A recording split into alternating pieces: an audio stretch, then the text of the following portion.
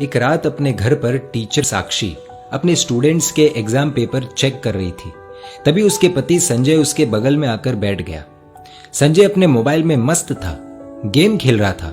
अचानक साक्षी की आंखों से आंसू बहने लगे। वो जोर जोर से रोने लगी। जब संजय को रोने की आवाज आई तो उसने मोबाइल से बिना आंख हटाए पूछा कि क्या हुआ साक्षी, रो क्यों रही हो? मुझसे नाराज हो क्या? साक्षी बोली, नहीं, मैं तुमसे नाराज नहीं हूं। दरअसल मैंने स्कूल में परीक्षा के तौर पर एस्से राइटिंग में एक बहुत ही अच्छा विषय दिया था कि अगर आपकी इच्छा हो तो क्या बनना चाहेंगे। पति संजय जोर से हंस पड़ा। तो इसमें रोने वाली क्या बात है? फालतू में मेरा गेम खराब कर दिया। साक्षी बोली, संजय 2 मिनट फोन छोड़ो और ये देखो एक बच्ची ने क्या लिखा है उस एस्से राइटिंग में।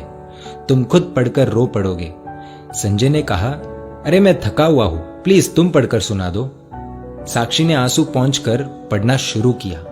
डियर टीचर, मेरा ये एस्से राइटिंग मेरे पापा को ना दिखाना, वरना मुझे बहुत डांट पड़ेगी। मैं जब भी घर जाती हूँ तो मेरे मम्मी पापा मोबाइल में बिजी रहते हैं। मेरी तरफ देखने का भी बहुत कम टाइम मिलता है उन्हें। मोबाइल का इतना ध्यान रखते हैं वो, इतनी केयर करते हैं मोबाइल की। वो मुझसे ज्यादा तो उनके फोन से प्यार करते हैं। मेरे पापा और मम्मी शाम को थक जाते हैं, लेकिन उसके बाद मेरे साथ वक्त नहीं बिताते, अपने मोबाइल के साथ वक्त बिताते हैं।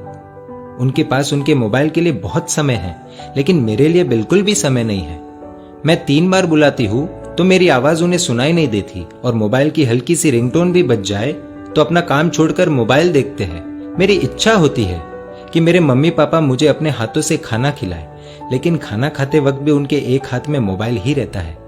मैंने तो सुना था सुबह उठकर एक माँ अपने बच्चों को उठाती है, देखभाल करती है, लेकिन मेरी मम्मी सुबह उठते ही मोबाइल देखती है, मुझे कभी नहीं उठाती। मेरे पापा अपने मोबाइल में पूरे दिन फालतू वीडियोस देखते हैं, हर समय गेम खेलते रहते हैं, लेकिन अगर मैं उनके पास मेरा कोई काम लेकर जाऊं तो कहते हैं बेटा आई एम बिजी। इतना ही नहीं, अब मेरी मम्मी ने खुद के वीडियोस बनाने शुरू कर दिए हैं, इसीलिए कई बार रात में देर से सोती है तो सुबह देर से उठती है। और सुबह जब मेरा टिफिन तैयार नहीं रहता तो मुझे पैसे देकर कहती है कैंटीन में खा लेना। मेरे टिफिन से भी ज्यादा जरूरी मम्मी को उनका स्मार्टफोन है। हाँ, डॉटर्स डे के दिन दोनों मेरे साथ फोटो लेते हैं, और वो मेरे लिए नहीं, अपने अपने स्टेटस में डालने के लिए, जिससे दुनिया को पता चले कि वो भी ट्रेंड के साथ चल रहे हैं। वीडियो कॉलिंग पर अपने दोस्तों के साथ 1-1 घंटे तक बातें करते हैं, लेकिन जब मैं कोई कहानी सुनाने कहूँ तो कहते हैं बेटा इंटरनेट पर सुन लो। वो दोनों ही मेरी आदतें बिगाड़ रहे हैं। फिर कल अगर मैं गलत रास्ते पर चली गई तो पूरी दुनिया मुझे गलत बताएगी। इसलिए मेरा हमेशा से सपना रहा है कि मैं भी एक स्मार्टफोन बन जाऊं। पूरे दिन अपने पापा के हाथों में रहूंगी, रात को सोते समय भी उनके आंखों के सामने रहूंगी, सोने के बाद भी उनका हाथ मुझ पर ही रहेगा। खाना तो नहीं मिलेगा, लेकिन हाँ, टाइम टू टाइम रिचार्ज होता रहेगा, मेरा पूरा ध्यान रखा जाएगा, मुझे खरोच भी नहीं आने देंगे। जहां भी जाएंगे मुझे अपने साथ ले जाएंगे, हमेशा दोनों की आंखों के सामने रहूंगी। संजय थोड़ा भावुक हुआ, लेकिन फिर से अपने गेम में लग गया और साक्षी से बोला कि ठीक है, अच्छा लिखा है, इसमें रोने जैसा कुछ नहीं है। तुम्हें इतनी सी बात पर रोना क्यों आ गया Sakshi? Be strong, come on. तो साक्षी ने कुछ ऐसा कह दिया कि खुद संजय भी अपने आप को संभाल नहीं पाया। साक्षी बोली कि संजय, ये ऐसे जिसने लिखा है वो अपनी ही बेटी है।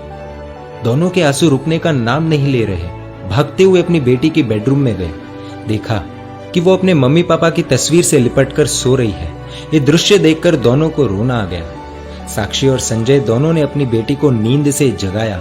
उसको उठाकर दोनों ने क्षमा मांगी, कहा कि बेटी तुमने हमारी आंखें खोल दी, हमें माफ कर दो, अब से स्मार्टफोन नहीं, तुम हमारी आंखों के सामने रहोगी। पूरे परिवार के लिए बहुत ही भावुक पल था। दोस्तों, इस कहानी से आपको क्या सीख मिली कमेंट द्वारा बताएं। और अगर आपको लगता है कि ये कहानी शेयर करने जैसी है तो तुरंत अपने दोस्तों, परिवारजनों और रिश्तेदारों के साथ शेयर कीजिए। और ऐसी सुंदर कहानियों के लिए emotional video stories page like कर दीजिए और YouTube पर हमें सब्सक्राइब कर दीजिए।